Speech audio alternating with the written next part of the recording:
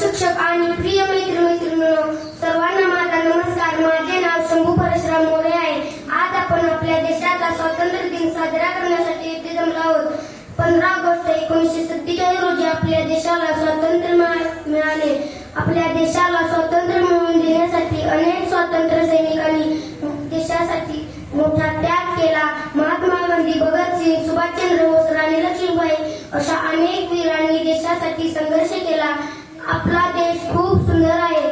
भारताची शान म्हणजे तिरंगा. आपण नेहमी देशाचा आदर केला पाहिजे, स्वच्छता ठेवली पाहिजे, सर्वांची प्रेमाने वागले पाहिजे आणि मन लावून अभ्यास केला पाहिजे, कारण आजची मुले उद्याच्या भारताचे भविष्य आहेत. चला आपण आता प्रतिज्ञा करूया. मी माझ्या देशावर प्रेम करेन, सर्वांचा देश स्वच्छ ठेवेन, सर्वांचा आदर करेन आणि भारताला महान बनवण्यासाठी प्रयत्न करेन. जय हिंद, जय भारत.